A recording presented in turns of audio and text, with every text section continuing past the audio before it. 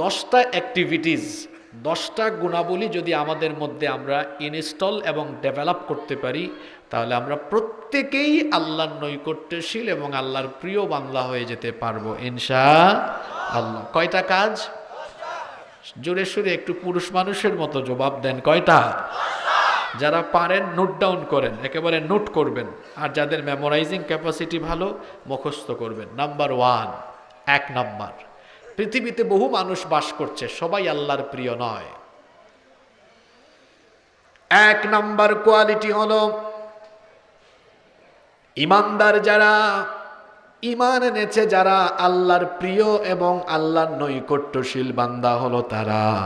তার মানে হলো পৃথিবীতে যারা ইমান আনে নাই, কোনো বেঈমান আল্লাহর প্রিয় নয়।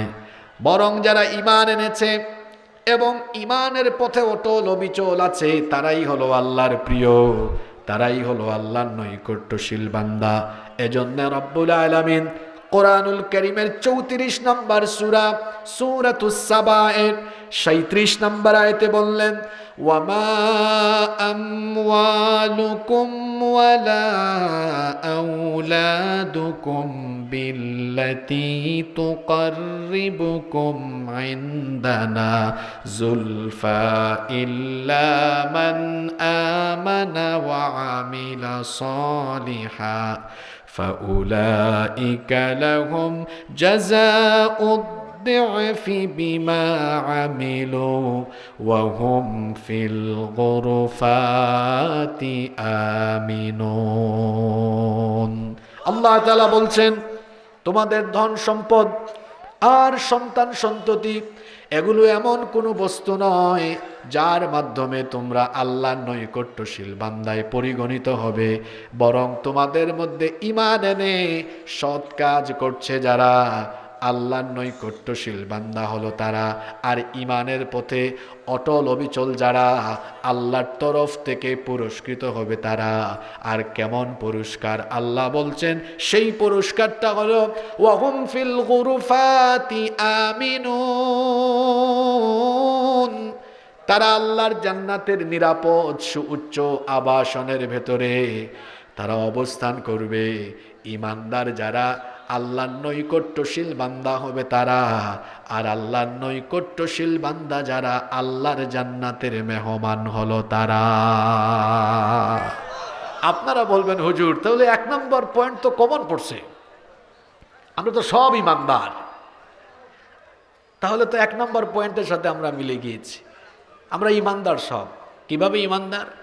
দেখেন না আমার নামটা কেমন, আবুল কালাম। হে এমন আবুল কালাম যে আবার এলাকার টাটকা সুদখোর। এখানে আবুল কালাম নামে কেউ থাকলে রাগ করিয়েন না, এটা জাস্ট একটা এক্সাম্পল। হুজুর আমি তো ঈমানদার, আমার নাম আব্দুল সালাম, সে হলো এলাকার কুখ্যাত চাঁদাবাজ। দেখেন না হুজুর কি সুন্দর নাম আব্দুস সামাদ, অথচ সে হলো এই এলাকার পাক্কা ঘুষখোর। ঈমান বলতে আপনি কি বুঝেন? নাম একটা লাগাইলাম আব্দুস সামাদ, আব্দুর রহমান, আর মাঝে মাঝে মাথায় টুপি দিলাম, জুমাবারে মাঝে মাঝে গিয়া পশ্চিম দিকে উষ্টা খাইয়া সাজদা দিলাম। এর নাম কি ঈমান নাকি? কে শিখাইছে আপনারে? ঈমান মানে কি বুঝতে হবে আপনাকে। 3টা শর্ত পূরণ করলে ঈমানদার হওয়া যায়। কথা বুঝে থাকলে বলেন, কয় শর্ত পূরণ করলে ঈমানদার হওয়া যায়? 1 নম্বর হলো মৌখিকভাবে ঈমানের ঘোষণা দেওয়া, যেটাকে বলা হয় আল ইকরার বিল লিসান। মৌখিকভাবে ঈমানের ঘোষণা দিলাম, অর্থাৎ আমি মুখ দিয়ে বললাম আল্লাহ আমি ঈমান এনেছি, ঈমান এনে তোমার আনুগত্যের পথে জীবন পরিচালনার সিদ্ধান্ত নিয়েছি। এটা মুখ দিয়ে ঘোষণা করতে হবে। এই মৌখিক ঘোষণাটা এতটুকুতে সীমাবদ্ধ নয়। ঈমানের ঘোষণা দেওয়া মানে হলো নিজের জান আর মালকে আল্লাহর কাছে বিক্রি করে দেওয়া। ঈমান আনার পরে আর নিজের মতো চলা যায় না। ইসলাম গ্রহণ করলে পরে আর নিজের মতো চলা যায় না।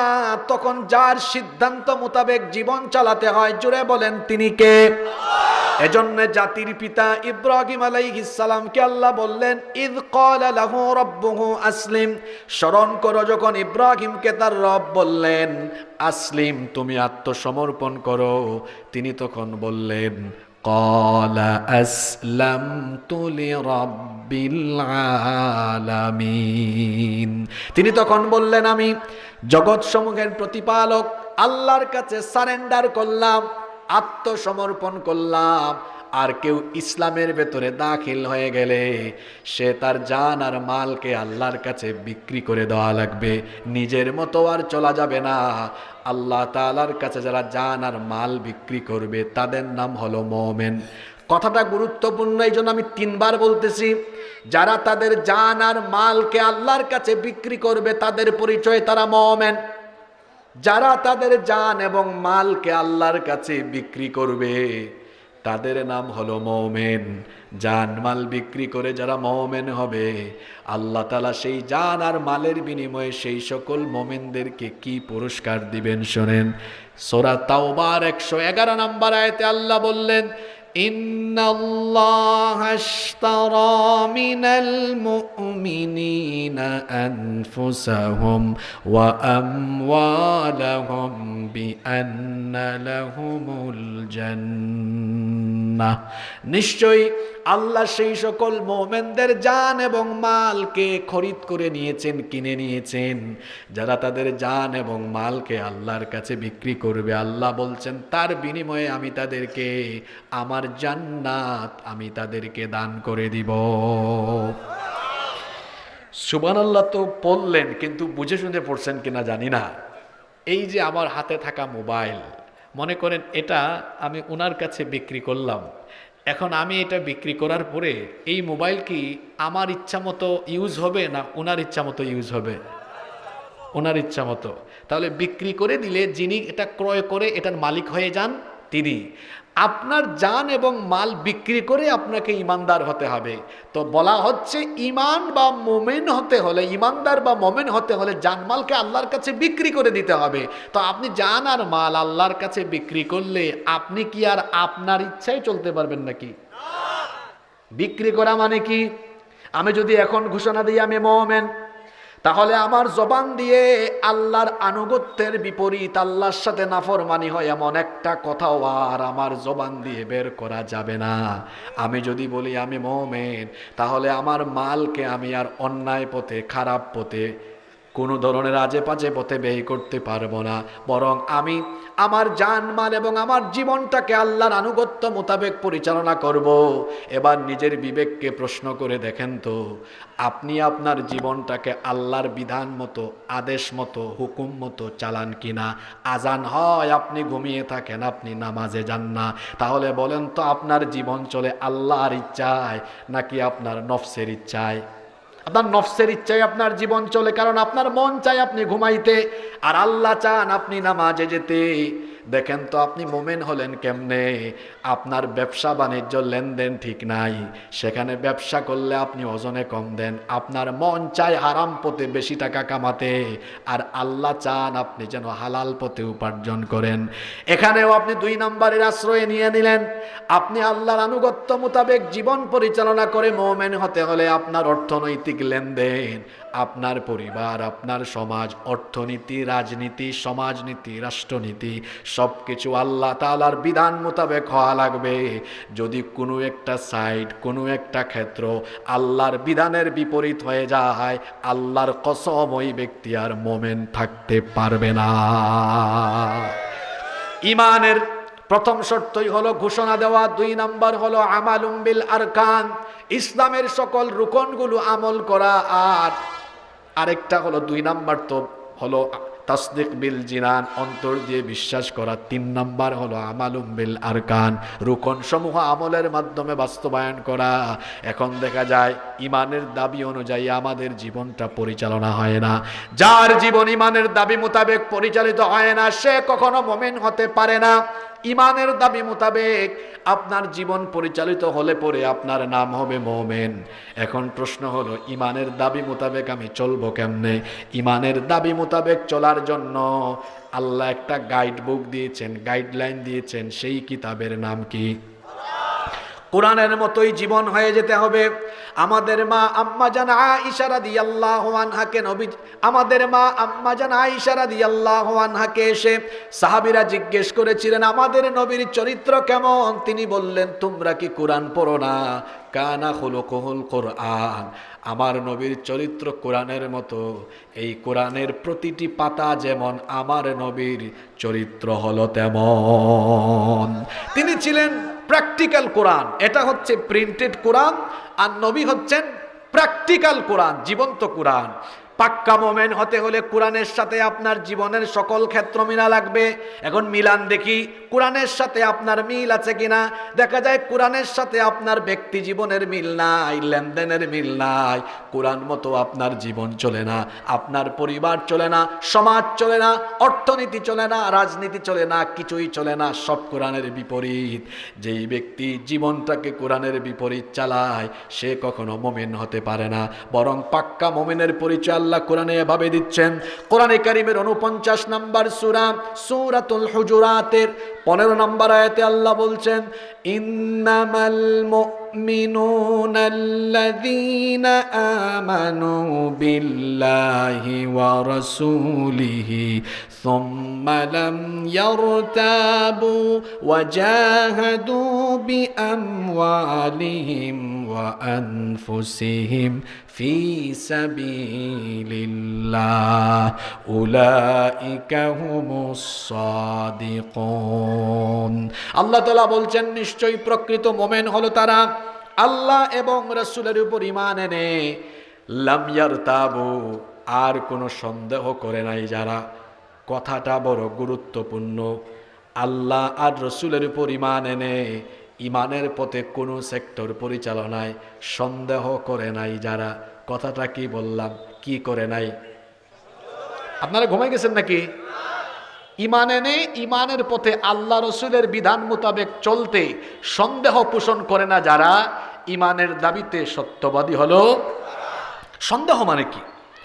সন্দেহ মানে হলো এই কোরআন দিয়ে আমি আমার ইবাদত বন্দেগী করতে পারবো, ঠিক আছে, কিন্তু কোরআন দিয়ে আমি আমার আদালত চালাইতে পারবো না। কোরআন দিয়ে আদালত হয়তো সঠিকভাবে চালানো যাবে না, এই জন্য আদালতে আমি কোরআনের আইন দিলাম না। এটা একটা সন্দেহ ঢুকে গেল। আপনি কোরআনকে ওই জায়গায় অপূর্ণাঙ্গ মনে করলেন, অথচ কোরআন হলো একটা পরিপূর্ণ পূর্ণাঙ্গ জীবন বিধান। এখন আপনি যদি সেখানে কোরআনকে আদালত পরিচালনায় অযোগ্য মনে করেন, আপনার কি ঈমান থাকবে? আল্লাহর নবী বিচার কার্য পরিচালনা করেছেন এবং ওনার পরে খুলাফায়ে রাশেদার আমলে সাহাবীগণ বিচার কার্য পরিচালনা করেছেন কার আইন দিয়ে? জোরে বলেন, কার আইন দিয়ে? আচ্ছা বলেন তো, আপনাদের জন্য আল্লাহর আইন ভালো না আমার বানানো আইন ভালো হবে? কার আইন ভালো হবে? দেখেন, বাংলাদেশে ধর্ষণ হয় কিছুদিন পর পর, হয় না? এই যে গত কয়েক মাস আগে মাগুরায় একটা ছোট্ট মেয়ে, 8 বছর বয়স, মনে আছে আপনাদের? আসিয়া, এক পরিবারের 3 নরপিশাচ মিলে আমার বোনটির উপরে পাশবিকতা চালিয়েছে। কয়েকদিন হাসপাতালে ভর্তি ছিল, আর্তচিৎকার করেছে, তারপর কষ্ট পেয়ে পেয়ে দুনিয়া থেকে চলে গিয়েছে। তার কবরে ঘাস উঠে গিয়েছে। বলেন দেখি আপনারা, তার ধর্ষণকারীরা এখনো বেঁচে আছে না নাই? পিছনে যারা আছে ঘুমাই গেছে নাকি? তার ধর্ষণকারীরা বেঁচে আছে না নাই? আমাদের আদালতগুলোতে বিচার হয় কার আইন দিয়ে? আল্লাহর আইন না মানুষের আইন? এরকম হাজার হাজার ধর্ষণের ঘটনা আছে যে ধর্ষিতা কবরে গিয়েছে, তার ধর্ষক এখনো বেঁচে আছে। এটা কেমন আইন? যে আইন থাকার ফলে ধর্ষিতা কবরে চলে যায় আর ধর্ষক বুক ফুলাইয়া রাস্তায় হাঁটে, ধর্ষক বেঁচে থাকে, আমি তো সেই আইনের মুখে জুতা নিক্ষেপ করি। এখন যদি সেই জায়গায় আল্লাহর কোরআনের আইন হতো, কোরআনে এর শাস্তি কি?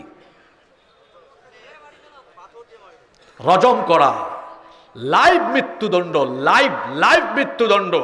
কোরআনে আল্লাহ বলেছেন এদের আযাবটা এমন ভাবে দিবা যাতে অন্যান্যরাও এটা দেখে। কেন?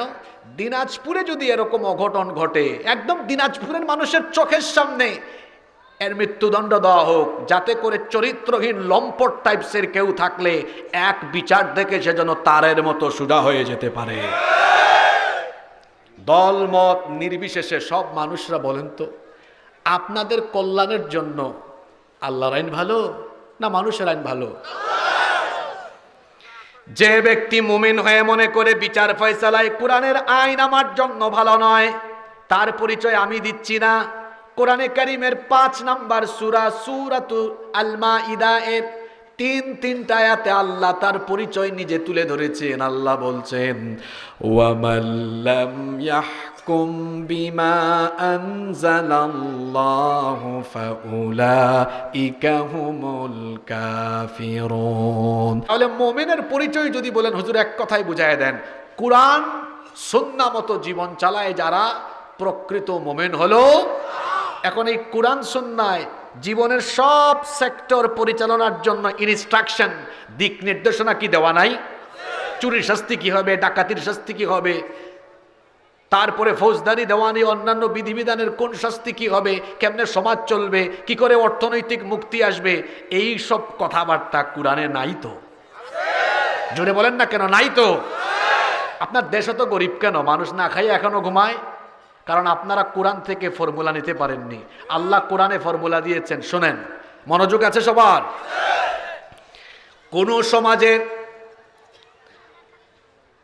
কিছু মানুষ থাকবে যারা 3 বেলা খায়, আর আরেক শ্রেণীর মানুষ থাকবে যারা 1 বেলাও খাইতে পারবে না, না খায়া থাকবে। ইসলাম এমন বৈষম্যহীন সমাজ, ইসলাম এমন বৈষম্যের সমাজ চায় না। ইসলাম এই ধরনের কোনো জুলুমের সমাজ চায় না, বরং ইসলাম চায় বৈষম্যহীন একটা সমাজ হবে, যেখানে সকল মানুষের পেটের মধ্যে খাবার থাকবে, মানুষেরা সচ্ছল হবে, স্বনির্ভর হবে, প্রত্যেকের পেটে খাবার থাকবে, মানুষ সচ্ছল হবে। এই জন্য আল্লাহ তাআলা যাকাতের মতো অর্থনৈতিক ফর্মুলা দিলেন। কিন্তু আমার দেশের মুসলমানরা সুদ ভিত্তিক অর্থনীতি ভালো বুঝলেও জাকাতের ফর্মুলা, জাকাত ভিত্তিক অর্থ ব্যবস্থার কল্যাণকর দিক বুঝে না, যার কারণে দারিদ্রতার করাল গ্রাস থেকে তারা মুক্তিও পায় না। এই যে জাকাত, আমাদের দেশে বেশিরভাগ মানুষ জাকাত মানে কি মনে করে জানেন? তারা মনে করে জাকাত মানে শাড়ি লুঙ্গি বিতরণ করা, 200, 400, 500 টাকা মানুষের মধ্যে বিতরণ করা। জাকাতের নামে যারা শাড়ি লুঙ্গি বিতরণ করে আর 200, 400, 500 টাকা দিয়া গরিবের সাথে তামাশা করে, এদের জাকাত আদায়ই হয় না। তাহলে জাকাত কিভাবে দিতে হয়? আপনাদের মনোযোগ আছে তো? কি করে জাকাত দিলে সমাজে গরিব মানুষ থাকবে না? আল্লাহর দেওয়া ফর্মুলা শিখেন। এত বছর ধরে তো ভুল করেই যাচ্ছেন। এই কথাগুলো সচরাচর সব মাহফিলে আপনারা শুনবেন না। জাকাত 8 শ্রেণীর মানুষকে দিতে হয়। এখানে আলেম উলামারও আছেন। এর মধ্যে সিরিয়ালে 1 এবং 2 কাকে রাখা হয়েছে? ইন্নামাস সাদাকাতু লিল ফুকারাই ওয়াল মাসাকিন ওয়াল আমিলিনা ইলা আখিরিল আয়া। প্রথমেই রাখা হয়েছে ফকির মিসকিনকে। আচ্ছা, সিরিয়ালে 1-2 ফকির মিসকিনকে রাখা হয়েছে কেন? কারণ কোন সমাজে ফকির মিসকিন থাকলে তো না খায়া থাকবে, বাড়ি ঘরও থাকবে না, অসচ্ছল মানুষ। এজন্য আগে এদের কথা বলা হয়েছে এই কারণে, যাতে এদের এই দুর্দশার হালত দূর হয়ে যায়। আর আল্লাহ এমন এক ফর্মুলা দিলেন জাকাত, এর উদ্দেশ্য হলো সমাজ থেকে দারিদ্রতা দূর করে দেওয়া। মানে আপনি যাকে জাকাত দিবেন সে যেন আর আগামী বছর জাকাত খাওয়ার উপযুক্ত না থাকে। সিস্টেমটা কেমন আমি আপনাদেরকে বলে দিই। আপনাদের এলাকায় সমাজকে আপনারা পঞ্চায়েত বলেন নাকি সমাজ বলেন না জামাত বলেন? জামাত। এক এক এলাকায় এক এক ভাষা। আপনারা কি বলেন? জামাত। মনে করেন আপনাদের এলাকার জামাত কি করলো? আচ্ছা, জামাত বাদ দেন, জামাত তো বাংলাদেশে এক দলের নাম। আমরা হুজুররা আছি বড় বিপদে। আসলে আমাদের অবস্থাটা কেমন জানেন? আমরা আস্তে আস্তে হাঁটলে অনেকে মনে করে হুজুর মনে আজকে বেশি খাই ফেলছে। জুড়ে জুড়ে হাঁটলে কয় হুজুরের দাওয়াত আজকে কয়েকটা আছে। তো জুড়ে হাঁটলেও বিপদ, আস্তে হাঁটলেও বিপদ। আমরা কিছু বললেও হয় সমস্যা, না বললেও হয়। তো যাই হোক, আমি বলি আপনার সমাজ বসে একটা সিদ্ধান্ত নিল যে চলো আমরা একটা কাজ করি, আমাদের সমাজে যাদের উপর জাকাত ফরজ এদের সবার জাকাতের টাকাটা এক জায়গায় করি। তো আপনারা এক জায়গায় করে দেখলেন, এর পরিমাণ হয়েছে 2 লক্ষ টাকা। সবাই একটু বলেন না, কয় লক্ষ টাকা? এখন আপনারা যদি চান তাহলে এই 2 লক্ষ টাকা 500 500 500 করে জন প্রতি 500 500 করে দিলে আপনারা কিন্তু 400 জন মানুষকে দিতে পারবেন। কিন্তু এই 400 জন মানুষকে জন প্রতি 500 500 করে দিলে এরা কি ধনী হয়ে যাবে নাকি?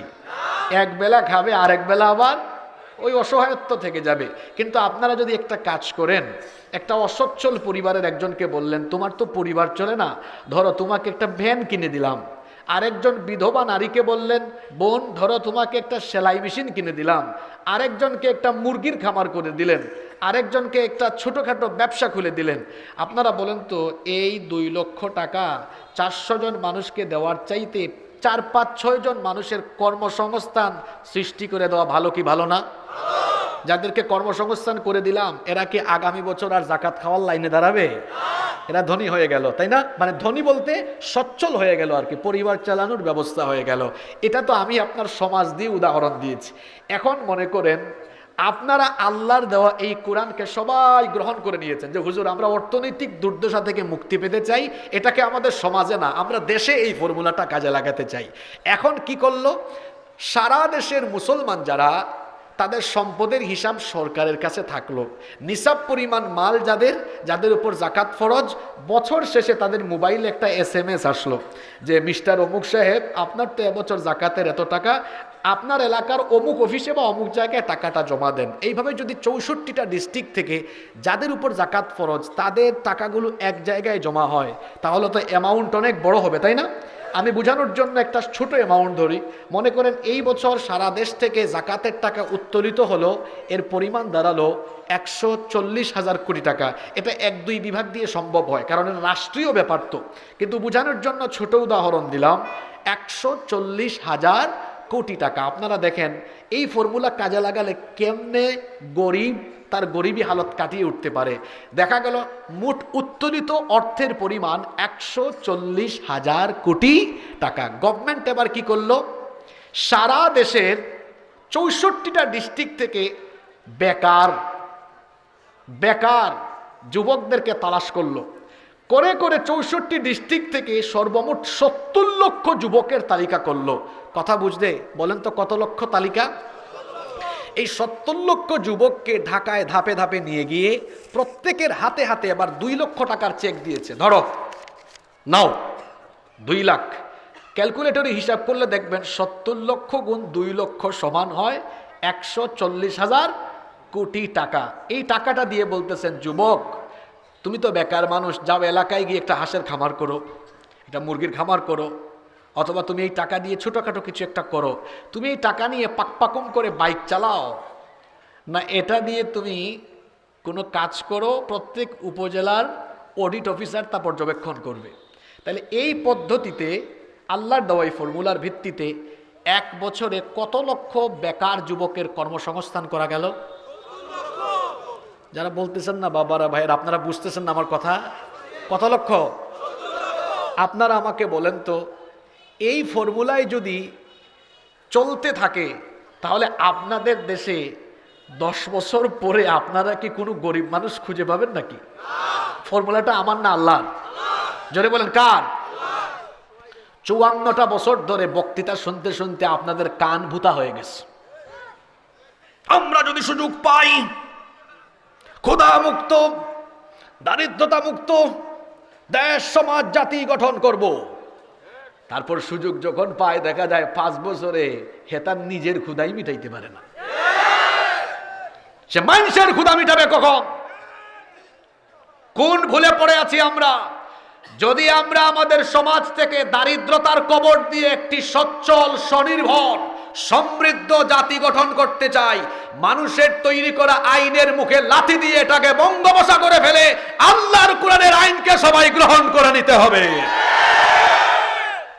নইলে আপনারা অর্থনৈতিক মুক্তি পাবেন না। গরিব জাতি গরিবই থাকবে, গরিবের জাত গরিব থাকবে।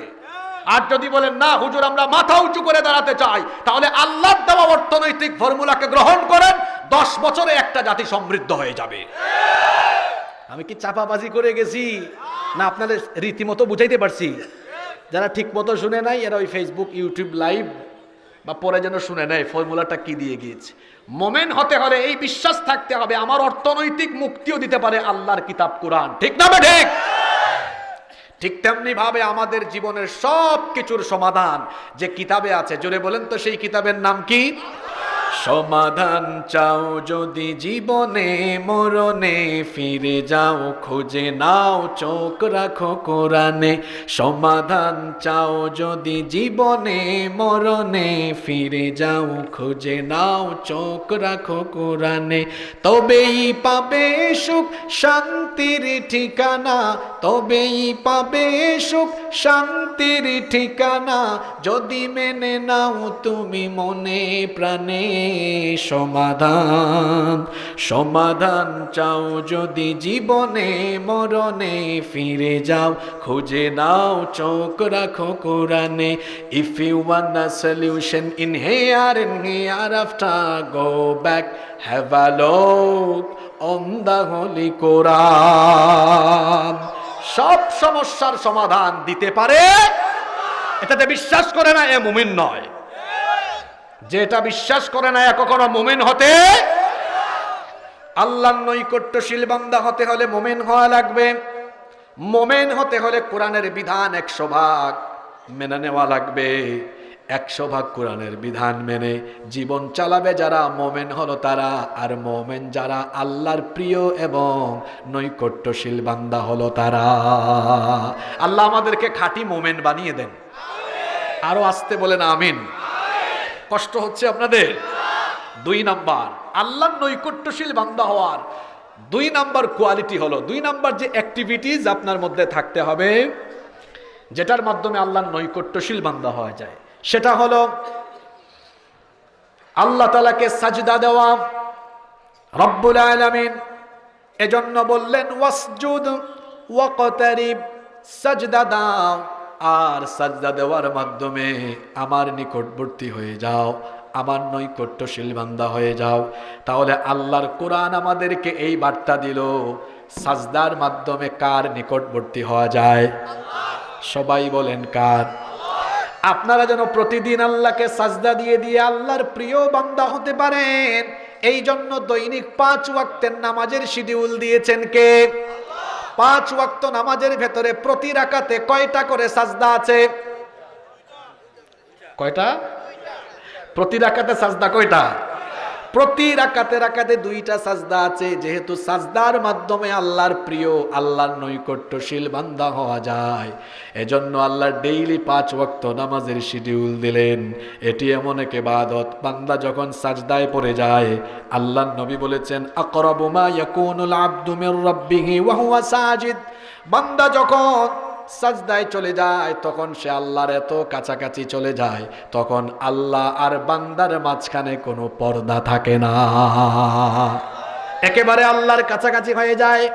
তাহলে সাজদার মাধ্যমে আল্লাহর নিকটবর্তী হওয়া যায়। আর সাজদা যেন ডেইলি 5 ওয়াক্ত নামাজে গিয়ে দিতে পারেন, এই জন্য আল্লাহ নামাজ দিলেন। কিন্তু আমাদের খবর হলো এমন, 5 ওয়াক্ত নামাজের মধ্যে আমাদের কোনো যাওয়ার কোনো খবর নাই। একটু আগে প্রশ্ন করলাম, আপনারা সবাই আল্লাহর নৈকট্যশীল বান্দা হতে চান কিনা? জি হুজুর, সবাই চাই। আচ্ছা বলেন তো দেখি, আমরা সবাই জান্নাতে যেতে চাই কি চাই না? কারা কারা যেতে চান না হাত তুলেন। আচ্ছা, ভুল করে তুলছে, অসুবিধা নাই। আল্লাহ মানুষের মুখেরটা নেন না, ভিতরেরটা নেন। সুবহানাল্লাহ পড়বেন না? আচ্ছা, এবার হাত তুলেন দেখি, সবাই জান্নাতে যেতে চাই কারা কারা? হাত তুলেন। ওকে ওকে ওকে ওকে, এবার থাকেন, হাতটা উপরের দিকে থাকেন। এবার আমার দিকে তাকান। তারা জান্নাতে যেতে চায়, কিন্তু তারা নামাজে অনেকে যেতে চায় না। হাত নামায়েন না। এখানে বহু আল্লাহর কুতুব আছে যারা রাত 11:30 ধরে কষ্ট করে ওয়াজ শুনতেছে, কিন্তু এশার নামাজটা কাজা করে আসছে। হাত নামান। এমনকি পেশাব করে পানিও নেয় নাই। এমনও বহু মানুষ এখানে আছে না নাই? এমনও বহু মানুষ এখানে আছে এশার নামাজ কাজা করে মাহফিল শুনতে বসেছে। মহিলা প্যান্ডেলে এইরকম মা বোনেরাও থাকতে পারে। এখানে আমার সামনে বহু যুবক থাকতে পারে, যেই যুবকেরা আজকে সারাদিনে একবারও পেশাব করে পানি নেয় নাই। যে ব্যক্তি নাপাক থাকে তার সাথে ফেরেশতা থাকে না, তার সঙ্গে থাকে শয়তান। এজন্য যুবক ভাইদেরকে বলবো, খবরদার নাপাক থাকবেন না, সব সময় পবিত্র থাকবেন। নামাজের কথা বলছিলাম, নামাজের মাধ্যমে আল্লাহর নিকটবর্তী হওয়া যায়। আল্লাহর নৈকট্যশীল বান্দা হওয়া যায়, আল্লাহর প্রিয় হওয়া যায়। কিন্তু আমরা জান্নাতে যেতে চাইলেও নামাজে যেতে চাই না। নামাজ ছাড়া কি জান্নাতের কোনো গন্ধ পাওয়া যাবে নাকি? কিয়ামতের দিন সর্বপ্রথম যে আমলের হিসাব না হবে সেই আমলের নাম কি? সবাই বলেন, সেই আমলের নাম কি? ওয়াজ তো সবাই জানে কিন্তু আমল করে না। আমাদের দেশে হবে সেই ছেলে কবি বলেছেন, কথায় না বড় হয়ে কাজে বড় হবে। আমরা কথা বলি বেশি কিন্তু কাজ করি কম। রাত 12টা 1টা পর্যন্ত ওয়াজ শুনে ফজরের নামাজ কাজা করে। বলেন তো ওয়াজ শোনা গুরুত্বপূর্ণ নাকি নামাজ আদায় গুরুত্বপূর্ণ? ওয়াজ শোনা নফল, নামাজ আদায় করা হলো ফরজ। আমার দেশে মাহফিলে মানুষ বেশি কিন্তু মসজিদে মানুষ নামাজের জামাতে পাওয়া যায় না। যেই ব্যক্তি নামাজে যায় না সেই ব্যক্তি আল্লাহর গোলামি করে না শয়তানের গোলামি করে? হাদিস শরীফ থেকে শোনাচ্ছি, আল্লাহ নবী বলেছেন কোন ব্যক্তি যখন সাজদা দেয় তখন শয়তান এই দৃশ্য দেখলে ইহতাজালা শাইতানু আনহু, শয়তান ওই ব্যক্তির কাছ থেকে দূরে চলে যায়। এই দৃশ্য দেখলে ফায়াবকি, সে কান্না করে। আর কোনো মানুষ যখন নামাজে আল্লাহকে সাজদা দেয় তখন ইবলিস এটা দেখলে কাঁদে এবং কান্না করে, তার মন খারাপ হয়। আর কোনো মানুষ যখন নামাজে যায় না ইবলিস এই দৃশ্য দেখে হাসতে থাকে। এই হাদিস আপনাকে আমাকে কি বার্তা দিল? তার মানে আমরা নামাজে গেলে আল্লাহ খুশি হন, ইবলিস বেজার হয়, সে কাঁদে। আর নামাজে না গেলে ইবলিস হাসে। কথা বুঝলে বলেন তো, নামাজে গেলে ইবলিস হাসে না কাঁদে? জোরে বলেন, হাসে না কাঁদে? আর নামাজে না গেলে ইবলিস কি করে?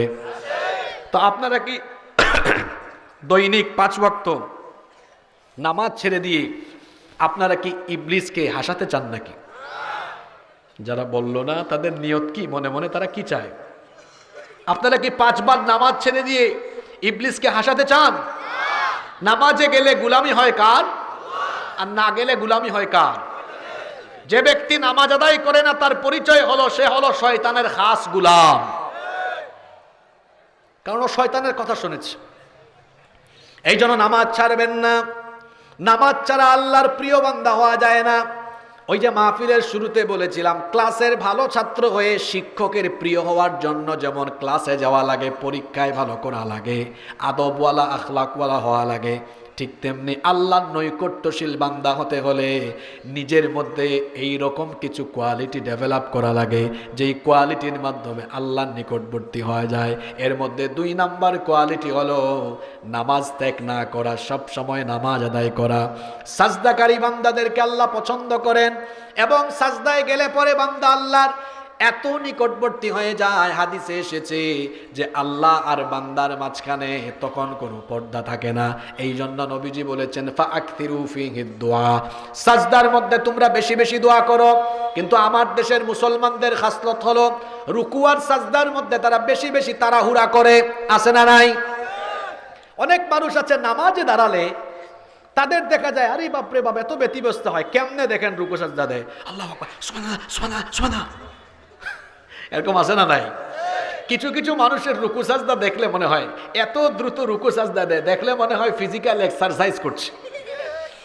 এই রকম তাড়াহুড়া করে রুকু সাজদা করবেন না। সাজদায় গেলে একটু আস্তে আস্তে ধীরে ধীরে সাজদাটা দিবেন, সময়টা লম্বা করবেন।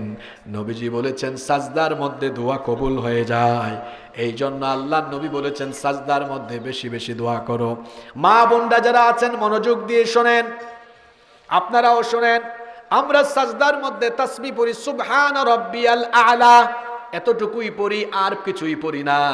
কিন্তু আল্লাহ এতটুকু পড়লে নামাজ হয়, অসুবিধা হয় না। কিন্তু আল্লাহ নবী সাজদার মধ্যে সব সময় একটা দোয়া করতেন। এই আমলের ব্যাপারে আমরা অনেকে গাফেল। আমি আপনাদেরকে অনুরোধ করব পারলে এই দোয়াটা আপনারা পড়বেন, বিশেষ করে নফল এবং তাহাজ্জুদে আরো বেশি বেশি করে পড়বেন। আল্লাহ নবী সাজদায় একটা দোয়া সব সময় করতেন, সেটা হলো আল্লাহুম্মা গফিরলি যামবি কুল্লাহু দিক্কাহু ওয়া জিল্লাহু ওয়া আউওয়ালাহু ওয়া আখিরাহু ওয়া আলানিয়াতাহু ওয়া সিররাহু। এত সুন্দর দোয়া, মানে হলো হে আল্লাহ আমার গোপন প্রকাশ্য প্রথম শেষ প্রকাশ্য গোপন সব গুনাহ তুমি মাফ করে দাও। এই দোয়াটা করতেন মুহাম্মদ, আমরা বলি সাল্লাল্লাহু। এই জন্য সাজদায় কখনো তাড়াহুড়া করবেন না। একবার আল্লাহর নবী সাহাবীদেরকে বললেন, একবার আল্লাহর নবীকে সাহাবীরা জিজ্ঞেস করলেন, ওগো আল্লাহর নবী, কিয়ামতের ময়দানে যখন সব নবীর উম্মতরা হাসরের মাঠে থাকবেন, কি করে আপনি আপনার উম্মতকে সেদিন চিনবেন? আল্লাহর নবী তখন বললেন, শোনো, অনেকগুলো ঘোড়ার মধ্যে যদি একটা ঘোড়ার কপাল থাকে সাদা, সেটা যদি হারিয়ে যায়, তাহলে অনেকগুলো ঘোড়ার মধ্যে সাদা কপালওয়ালা ঘোড়া থাকলে সেটাকে চেনা যাবে নাকি? তখন সাহাবীরা বললেন, অবশ্যই সেটাকে চেনা যাবে। আল্লাহর নবী বললেন, কিয়ামতের দিন সব নবীর উম্মতের ভেতরে আমার উম্মত থাকলে তাদেরকেও চেনা যাবে। কারণ যারা নামাজে আল্লাহকে রুকু দিত, সাজদা দিত, সেই সকল বান্দাদের দেখা যাবে তাদের অঙ্গ প্রত্যঙ্গগুলোতে সেদিন নূরের ঝলকানিতে ঝলমল করতে থাকবে। রুকু সাজদায় যারা তাড়াহুড়া করে তাদেরকে নবীজি নামাজ চোর বলেছেন। হাদিস শরীফে এসেছে, আসওয়াউন নাসি সারিকাহ আল্লাযী ইয়াসরিকু মিন সালাতিহি, সবচেয়ে নিকৃষ্ট চোর হলো যে নামাজের মধ্যে চুরি করে। সাহাবীরা বললেন, কাইফা ইয়াসরিক সালাতাহু ইয়া রাসূলুল্লাহ, আমরা বলি সাল্লাল্লাহু আলাইহি ওয়াসাল্লাম, নামাজ আবার চুরি করে কেমনে?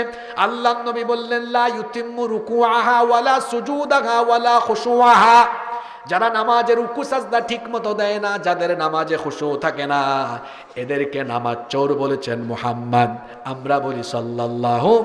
এজন্য রুকু সাজদায় তাড়াহুড়া করবেন না, ধীরে ধীরে রুকু সাজদা দিবেন। আর 5 ওয়াক্ত নামাজের মধ্যে 1 ওয়াক্ত নামাজও কাজা করবেন না।